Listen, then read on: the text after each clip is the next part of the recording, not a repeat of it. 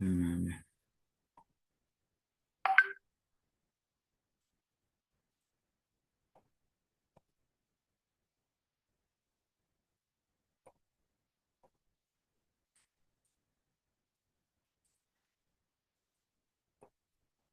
Demək, ilişikli irsiyyət e, mövzusunda qalmışdıq.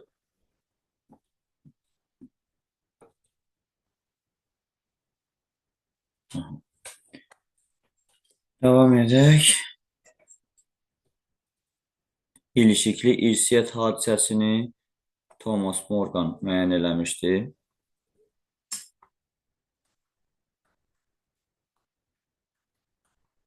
Bəzi şeyləri əvvəlki videomuzda izah elədim. Yəni, onların üzərində təkrar qayıtmayacağım. Ardını inşallah izah eləyərik. Thomas Morganla bağlıdır. Thomas Morgan nə üzərində təcrübə aparıb? Drozofil milçəyi üzərində. Drozofil milçəyini hansı xüsusiyyətlərinə görə seçmişdi? Laboratoriya şəraitində asanlıqla çoxala bildiyinə görə, yəni 10-15 gündən bir nəsil verir. Fenotipcə fərqlənən müxtəlif formaları olduğuna görə, hansı formaları, məsələn, boz bədən normal qanad, boz bədən rudiment qanad, qara bədən normal qanad, qara bədən rudiment qanad kimi formaları olduğuna görə, yəni müxtəlif formaları var.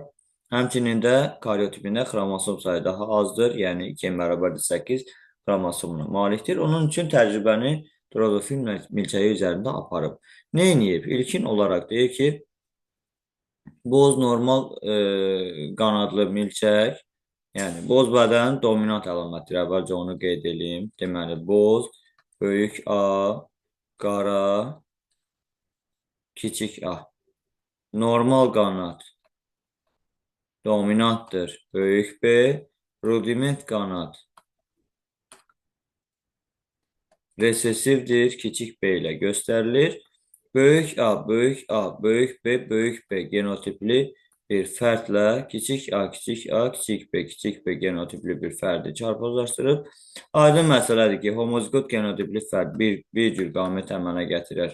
Böyük A, böyük B və bu da kiçik A, kiçik B əmələ gətirəcək və nəticədə böyük A, kiçik A, böyük B, kiçik B genotipli boz, normal fenotipli milçək əmələ gətirir.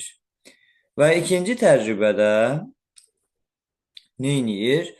Böyük A, kiçik A, böyük B, kiçik B-ni çarpazlaşdırır resesiv homozigot qara rudimentlə. Və buradan böyük A, kiçik A, böyük A, böyük B, böyük A, kiçik B, kiçik A, böyük B və kiçik A, kiçik B genotipli qamətləri alırıq. Digərindən kiçik A, kiçik B və birləşdiririk. Böyük A, kiçik A, böyük B, kiçik B. Böyük A, kiçik A, kiçik B, kiçik B. Kiçik A, kiçik A, böyük B, kiçik B. Kiçik A, kiçik A, kiçik B, kiçik B. Və bu boz normaldır. Bu boz rudimentdir. Bu qara normaldır. Bu qara rudimentdir. Və əgər biz Mendel qanunlarına əsasən genlərin ayrı-ayrı, yəni qeyri-allergenlərin ayrı-ayrı homoloji xromosomda olduğunu nəzərə alsaydıq, tutaq ki, böyük A və kiçik A ayrı, böyük B və kiçik B ayrı xromosomda olsaydı, bunlar hamısı 25% nisbətində əmələ gələcəkdi. Amma deyir ki, 25% nisbətində olmadı. Və hansı nisbətdə oldu? Deməli, 41,5 boz normal oldu. 41,5 qara rudiment oldu. Və 8,5 boz rudiment, 8,5 qara normal. Nəyə görə bu belə oldu? Ona görə bu belə oldu ki, birincisi, genlər eyni homoloji xromosomda idi. Yəni, böyük A, kiçik A, böyük B, kiçik B eyni homoloji xromosomda idi. Digərindən onsuz da bir cür qamət əmələ gəlirdi. Kiçik A, kiçik A, kiçik B, kiçik B. Bunun iki cür qamətiyyəsində olmalıydı. Böyük A, böyük B, kiçik A, kiçik B. Və digərində bir cür qaməti olmalıydı. Kiçik A, kiçik A, kiçik A, kiçik B. Burada olmalıydı. Böyük A, kiçik A, böyük B, kiçik B. Burada da olmalıydı. Kiçik A, kiçik A, kiçik B, kiçik B. Bu olmalıydı. Boz, normal. Bu olmalıydı. Qara, rudiment. Amma belə olmadı. Deyir ki, fərqli formalar da bu 8/1, 8/5, yəni 17% fərqli formalar əmələ gəldi. Bunun əmələ gəlməsinə səbəb nə idi? Onların arasında crossover-in baş verməsi. Burada yer olmadığına görə bunu silib məcburən davam eləyəcəm. Demək, bayaqları biz qamətləri iki qrupa ayırmışdıq. Yəni əvvəlki videomuzda. Crossoverli və crossoversiz. Və crossoverli qamətlər dedik. Böyük A, kiçik B. Kiçik A, böyük B genotiplidir. Crossoversiz olanlar böyük A, böyük B və kiçik A, kiçik B genotipinə malik olanlardır.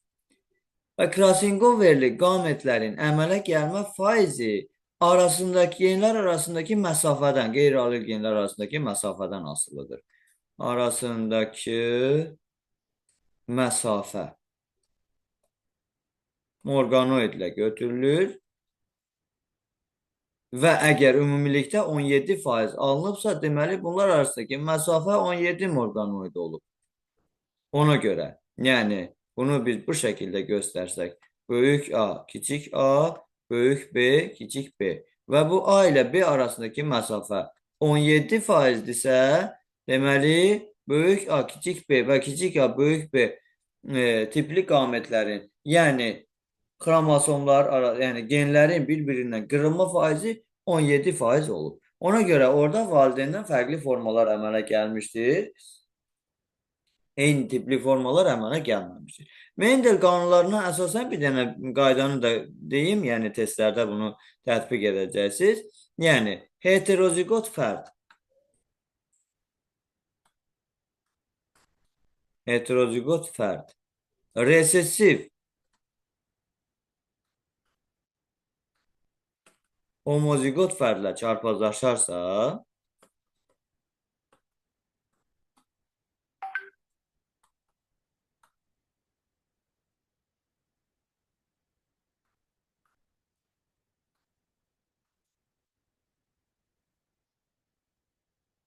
parçalanma bərabər nisbətdə olur.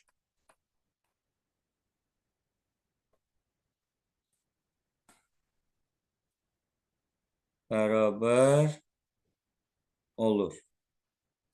Bərabər nisbətdə parçalanma baş verir. Bax, necə ki, bayaqları çarpazlaşmanı apardıq. Dedik ki, əslində 25% nisbətində parçalanma olmalıydı Mendel qanunlarına əsasən. Fərqi ola bilər. Nə zaman? Genlər ilişikli olduqda və genlər arasında crossover baş verdikdə və crossoverin faizi onlar arasındakı məsafədən asılı olduğu üçün parçalanma bərabər olmur və nisbət dəyişilə bilir. Bu da ilişikli irsiyyət. İlişikli irsiyyət zamanında ilişikli gen qruplarının sayı haploid xromosom dəstinə bərabər olur. Bu nə deməkdir? Yəni, adətən bilirik ki, qamətlərdə haploid say qədər xromosom olur və hər bir xromosom da bir gen qrupu olduğuna görə ilişikli genlər qruplarının sayı qamətdəki xromosomun sayı qədər, yəni haploid xromosom dəsti qədər olur. Və davam edək mövzumuzun ardı ilə.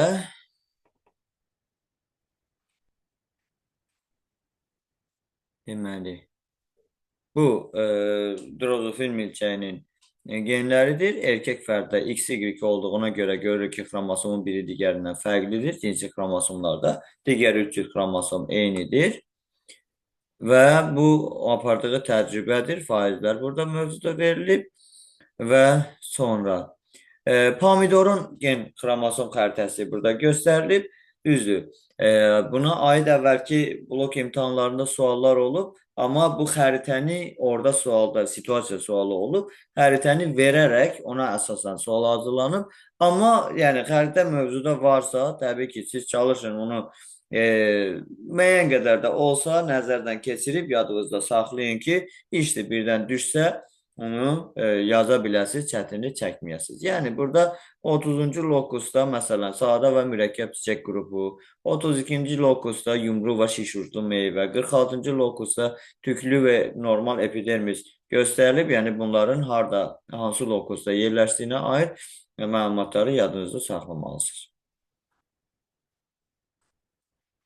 Deməli, bu bir, sonra görüm, Genetikanın ardı varsa, genetika.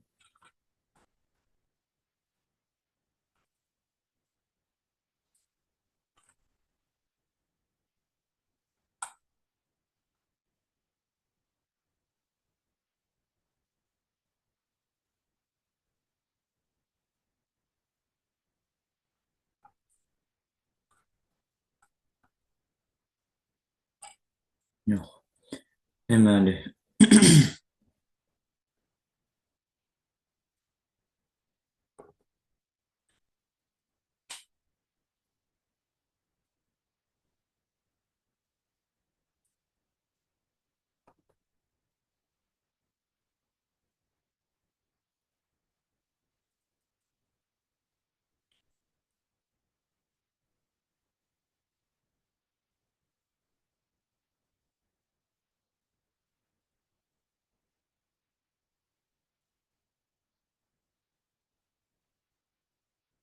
açılsın.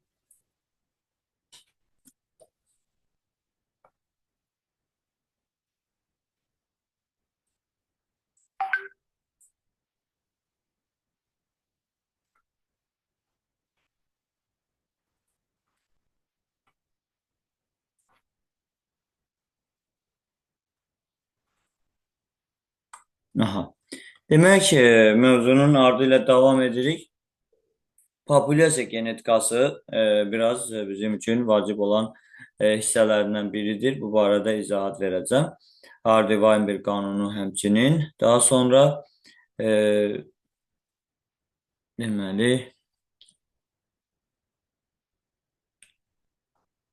daha sonra cinsiyyət genetikası, ondan sonra genlərin qarşılıqlı təsiri haqqında məlumat verərik.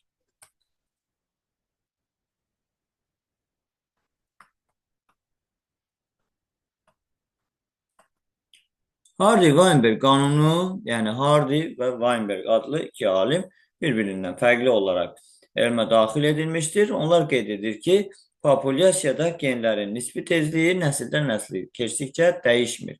Yəni, tutaq ki, biz bir dominant homozigot fərd, iki heterozigot,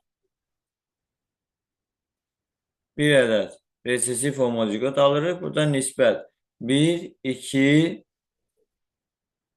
1 nisbətində olursa, bu nəsildən nəslə keçdikcə dəyişmir. Amma bunun üçün hansı şərtlər olmalıdır? Bir neçə şərt verir ki, populyasiya kifayət qədər geniş olmalıdır, miqrasiya olmamalıdır, təsadüfi şəkildə çarpazlaşma olmalıdır, mutasiya olmamalıdır. Yəni, bu şərtlərdə Çertverikov tərəfindən müəyyən olunub ki, təbii şəkildə özünü doğrultmadığına görə, deməli, Hardy-Weinberg qanunu təbii şəkildə özünü doğrultmamış sayılır. Onun üçün dominant və resesiv genlərin rast gəlmə tezliyinə əsasən, yəni rast gəlmə tezliyini müəyyən edilmək üçün düstur göstərirlər. P, yəni dominant genləri P, resesiv geni Q ilə işarə etdikdə onların cəmi 1-ə, yəni vahidə, ümumi genlərin sayına bərabər olur və bunu da kvadrata yüksəltdikdə P üstə gələ Q kvadratı bərabərdir 1-in kvadratı. Bunu da müxtəsər vurma üsullarına əsasən açdıqda P kvadratı üstə gələk 2PQ üstə gələk Q kvadratı bərabərdir 1 olur. Burada P kvadratı bayaqki yuxarıda yazdığımızda böyük A böyük A. 2PQ2 böyük A kiçik A yəni deyə bilərik. Q kvadratı da kiçik A kiçik A deyə bilərik. Buna aid sual necə olur? Yəni, məsələn, belə bir nümunə deyək ki, deyir ki, populyasiyada 24 min fərd var. Gecəcək populyasiyasında 24 min fərd var. Və onlardan deyək ki, 9600-ü qırmızı rənglidir. Çəhrayıların sayını tapın. Çəhrayı bərabərdir sual işarəsi. Bunu necə taparıq? Birinci, qırmızı böyük A böyük A'dır. Deməli, böyük A böyük A, yəni A kvadratı, böyük A'nın kvadratı, P kvadratı deyə bilərik. Yəni A kvadratı şəklində göstərə bilərik. Bərabərdir. Biz həmin bu qırmızının sayını, ümumi fərdlərin sayına bölərik. 9600 bölünsün 24000. 2 sıfır oradan, 2 sıfır buradan 96'nı yok 9600 yok 960 daha doğrusu. Burada bir sıfırı artık qeyd eləmişəm.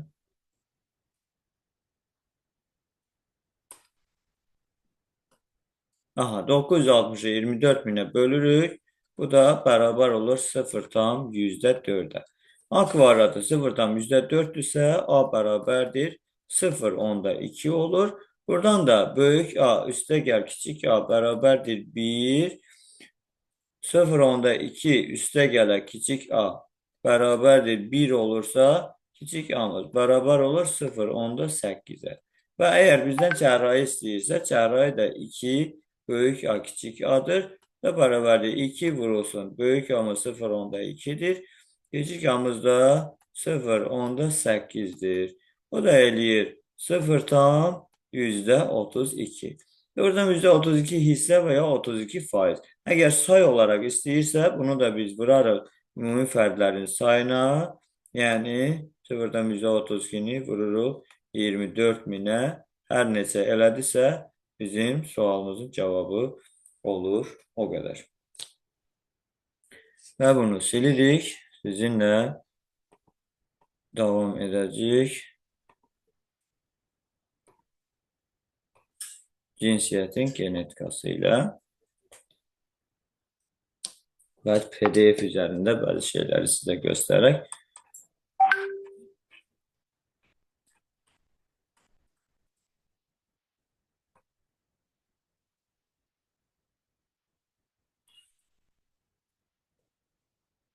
Aha. Burada yəni şəkillərə diqqət edəcəksiniz. İnsanın xromosom yığımı verilib. Bilirik ki 46'dır. Qadınlarda 44 üstəgəl XX, kişilərdə 44 üstəgəl XY, yəni cinsi xromosomlar qadınlarda XX, kişilərdə XY olaraq götürülür.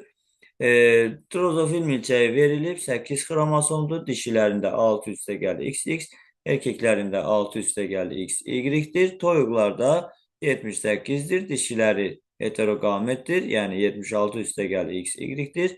Erkəkləri 76 üstəgəl XX və pişikdə 38'dir. Dişiləri homogametdir. 36 üstəgəl XX, erkəkləri heterogametdir. 36 üstəgəl XY. Bunu yadınızda saxlayacaqsınız. Homogamet, heterogamet anlayışları bunu biz çoxalma ontogenez bölməsində də sizinlə keçmişdik. Əgər eyni tipli qamət əmələ gətirirsə homogametdir. Yəni bunlar XX cinsi xromosomuna malik olurlar. Müxtəlif tipli qamət əmələ gətirirsə bunlar heterogamet sayılır.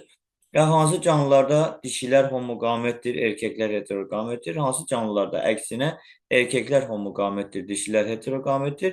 Bu da mövzumuzda qeyd olunub. İnşallah gələn dərs üçün öyrənəcəksiniz və gələn dərsdə onu deyim ki, bölməni ümumi olaraq sizinlə sual cavab edəcəyik. Elə canlılar var ki, onlarda Y xromosomu olmur. Yəni bəzilərində dişilər XX, erkəklər X sıfırla göstərilir. Yəni X o yazılır, amma sıfır deməli yəni Y yoxdur. Bunlar düz qanadlılar və taxta bitkilərdir. Bəzi canlılarda isə əksinə erkəklər XX, dişilər isə X0 şəklində olur. Bunlara da güvələri, yəni kəpənək qanadlar dəstəsinin, daha doğrusu kəpənəklər dəstəsinin nümayəndələrindən olan güvələri misal göstərə bilərik.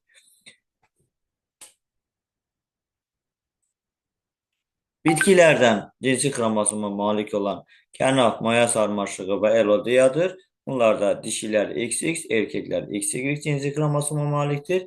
Çiyələkdə isə əksinə dişilər XY, erkəklər XX cinsi xromosoma malikdirlər. Cinsiyyətlə ilişikli irsiyyət. Yəni, hər hansı bir əlamətin cinsi xromosom vasitəsilə ötürülməsidir. Bu zaman biz bunları iki qrupa ayıra bilərik. Birində X cinsi xromosom vasitəsilə ötürülən əlamətlər, digər bir qrupda Y cinsi xromosom vasitəsilə ötürülən əlamətlərdir. Bunu yadımızda saxlayırıq. X cinsi xromosomla ötürülən əlamətlər pişiklərdə qara, sarı və alabula rəngin əmələ gəlməsidir. İnsanlarda hemofiliya xəstəliyi X-lə ötürülən resesiv gen, yəni X-də olan resesiv genlə ötürülür. Daltonizm xəstəliyi də həmçinin X-də olan resesiv genlə ötürülür. Və Y-lə ötürülən əlamətlər də var. X-lə bir də həmçinin əzələ atrofiyası var. Y-lə ötürülən isə qulaqda tüklülük, dərinin pulcuqlu olması balıq dərisi kimi və sair xüsusiyyətləri biz götürə bilərik. Mövzumuzda insan irsiyyətinin öyrənilməsi üsulları var. Bu nəzəri materialdır. Genealoji üsul, əkizlik, sitogenetik və biokimyəvi üsul olaraq 4 üsul müəyyənləşdirilib və əsas məsələlərdən biri genotip tam bir sistem kimi, yəni genotiplər bir-birinə təsir edirlər. Hər hansı, bax, deməli, mövzumuzun əvvəlində dedik ki, hər bir gen müəyyən bir əlaməti idarə edir və genlər sərbəst olaraq paylanır. Amma bəzən olur ki, genlər başqa bir genə təsir edir. Yəni, bir neçə gen bir əlaməti idarə edə bilər və yaxud bir gen bir neçə əlaməti də bəzən idarə edə bilir. Və bunu istəyirəm ki, sizin üçün izah edim.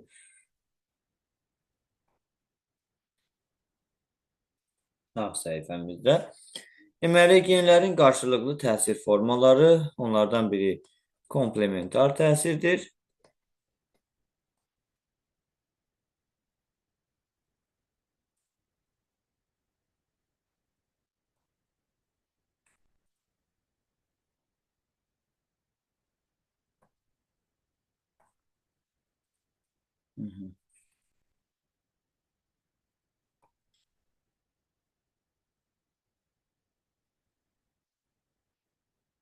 Deyəsən, video qeyd götürməmişəm.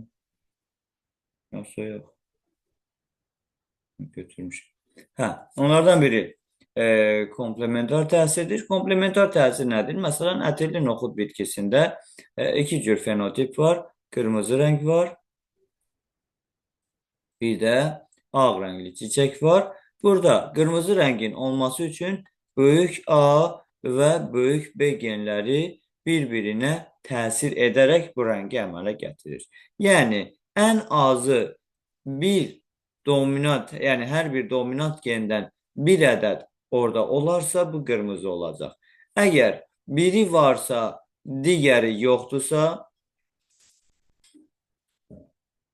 kiçik B və yaxud kiçik A, böyük B bu şəkildə olarsa, ağ rəng olacaq.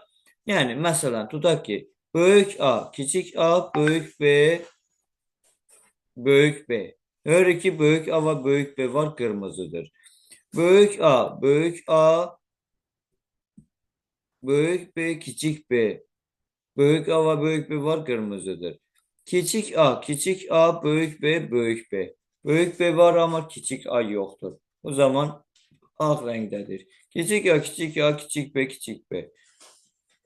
Heç bir dominant gen yoxdur. Bu zaman yenə də ağ rəngdə olacaq. Epistatik təsir də var. Deməli,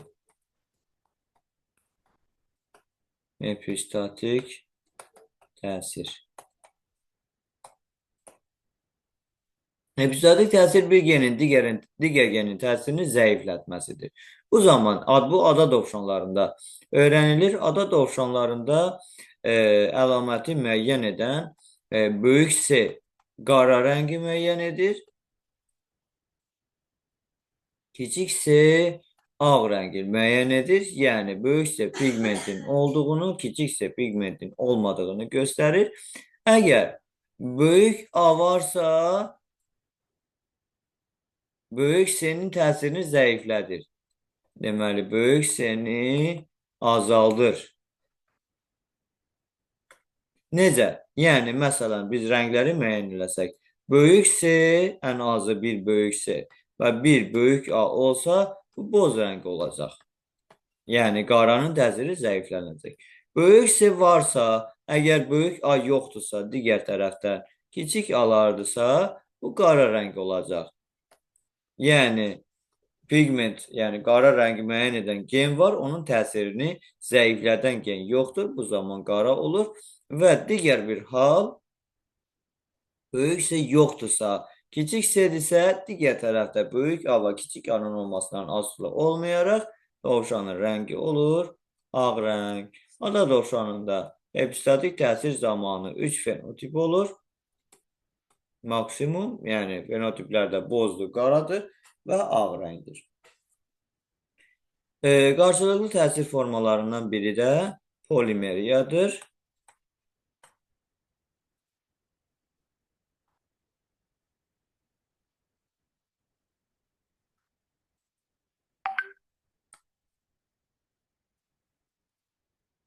Qarşılıqlı təsir formalarından biri polimeriyadır. Və polimeriya dominant və resesiv, yəni məsələn, dərinin rəngi buna nümunə göstərilir. Məsələn, tutaq ki, böyük A1, böyük A1, böyük A2, böyük A2, kiçik A1, kiçik A1, kiçik A2, kiçik A2. Əgər dominant genlər resesiv genlərə ya bərabər, ya da çoxdursa, bu zaman dəri rəngi tünd olur. Əgər dominant gen resesiv gendən azdırsa, yəni məsələn, böyük A1, böyük A1, məsələn, kiçik A1, kiçik A1, kiçik A1, kiçik A1, kiçik A2, kiçik A2. Yəni, resesiv genlər dominant genlərə nisbətdə üstünlük təşkil eləsə, açıq rəngli dəri özünü göstərə bilər. Bu oldu genlərin qarşılıqlı təsir formaları. Bu genetikanın irsiyyət hissəsi idi. Əlamətlərin nəslə necə ötürülməsi, bir genin digər genə necə təsir etməsi, bir xromosom üzərində yerləşən allel və qeyri-allel genlərin nəsildən nəslə ötürülməsi idi. Və genetikanın ikinci hissəsi dəyişkənlik idi və dəyişkənliyi PDF üzərində şifahi olaraq sizə göstərəcəm. Çünki yəni demək olar ki, bunun o qədər də izahata ehtiyac yoxdur və üzr istəyirəm, qan qrupları ilə bağlı da bir şey deyim. Ondan sonra davam edək. Qan qruplarında fenotip bilirik ki, 4-dür. Nə üçün? Yəni 4 dənə qan qrupu var. 1, 2, 3, 4. Birinci qrup 0 qrupdur. İkinci qrup A qrupu, üçüncü qrup B qrupu, dördüncü qrup AB qrupudur. Və 6 genotip var. Birinci qrupun genotipi 0-0, ikinci qrup AA və yaxud A0, üçüncü qrup BB və yaxud B0, dördüncü qrup AB genotipinə malikdir. Ona görə biz əgər rezus amilini nəzərə almasaq, 4 fenotip, 6 genotipimiz olacaq. Yox, əgər rezus amilini nəzərə alsaq, o zaman 4 fenotip, yəni 1, 2, 3, 4-cü qrupların hər birinin müsbət və mənfi formaları olduğuna görə 8 fenotip olur və genotip 18 genotip olur. Nəyə görə 18? Çünki hər qan qrupunun, məsələn, 0, 0 böyük yer, böyük yer. Yəni rezus amili müsbət rezusda dominantdır, mənfi rezusda resessivdir. Və 0, 0 böyük yer, böyük yer. 0, 0 böyük yer, kiçik yer. Və 0, 0 kiçik yer, kiçik yer kimi forması var. Bayaq saydığımız o 6 genotipin hər birində böyük yer, böyük yer, böyük yer, kiçik yer və kiçik yer kimi formaları qeyd eləsək və biz 6-nı 3-ə vurmalı olaraq 18 genotipimiz özünü göstərəcək. Bu belə. Bunlar çarpazlaşmalardır. Neçə qırmızı? 7 qırmızı, 9 qırmızı, 7 ağ olacaq. Nisbət, yəni komplementar təsir zamanı 9-un 7-yə nisbətidir. Ada dovşanı misalında 9-un 3-ə və 4-ə nisbəti olaraq fenotipi parçalanmanı göstərəcək. Və dəyişkənliyin formaları modifikasiya, irsi dəyişkənlik və qeyri-irsi. Qeyri-irsi dəyişkənlik modifikasiyadır və modifikasiya dəyişkənliyində düstur məsələsi, yəni modifikasiya dəyişkənliyinin orta qiymətini tapmaq əsas məsələ burada önəmlidir. Yəni bunun hesablanma qaydasını sizə izah edəcəm. Demək, burada bir variant var, bir də variantın rast gəlmə tezliyi. Variantlar, yəni ölçülər V-dir, rast gəlmə tezlikləri P-dir. Və düsturumuzda göstərir epsilon, V vurulsun P bölünsün N. Epsilon cəmdir, yəni V ilə V1, P1, üstə gələk V2, P2, üstə gələk V3, P3. Yəni biz belə göstərsək, 3 vurulsun 3, üstə gələk 4 vurulsun 7, üstə gələk 5 vurulsun 15, üstə gələk 6 vur 25, axıra qədər yazmıram. Və məxrəcdə də P-ləri toplayırıq. Yəni 3 üstə gələk 7, üstə gələk 15 və s. şəklində, yəni axıra qədər toplayıb bu şəkildə orta qiyməti tapa bilərik modifikasiya dəyişkənliyi üçün.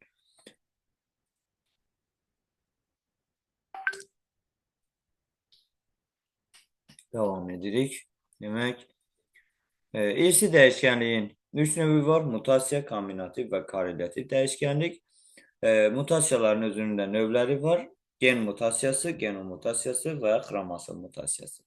Diqqət edəcəksiniz, burada autism dominant, Marfan sindromu və polidaktiliya, autism resessiv, albinizm, fenilketonuriya, bir də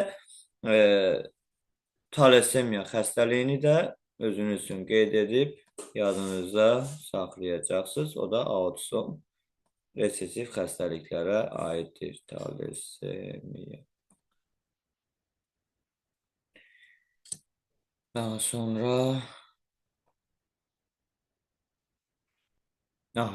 xromosom mutasiyasının növləri, sahənin çatışmazlığı, sahənin ikiləşməsi, 180 dərəcə çevrilmə və həmçinin də sahənin qeyri-homoloji xromosomlarda yer dəyişməsi xromosom mutasiyasının növləridir. Xəstəliklərə Lejen sindromu və ya pişik çığırtısı, həmçinin leykozun müxtəlif formalarını aid edə bilərik.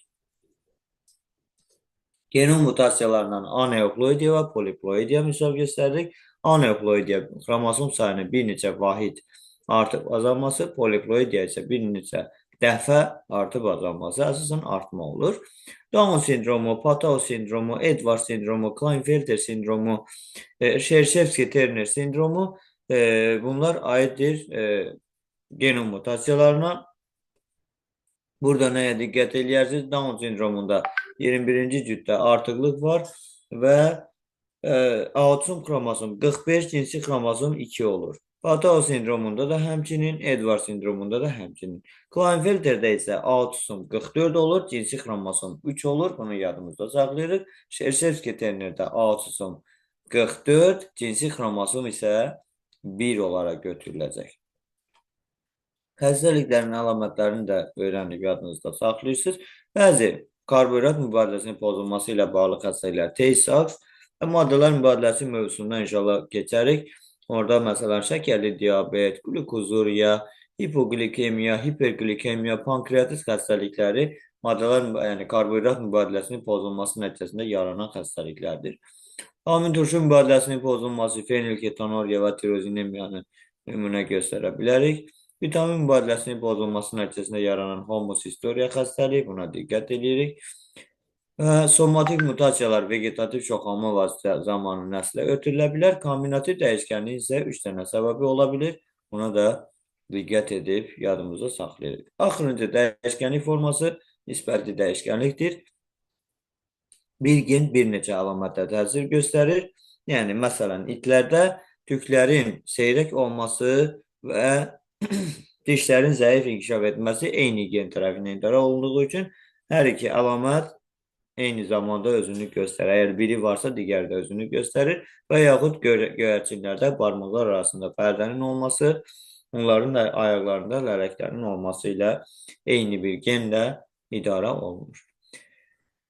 Ümid edirəm ki, genetikanın qısa, yəni təbii ki, bir dərslik izahatı sizin üçün faydalı olar. Yenə də nəyi anlamadıqsa, nəyi başa düşmədiksə, çətinlik sizə yaradırsa, buyurun, siz eşidin. Var mı sualınız?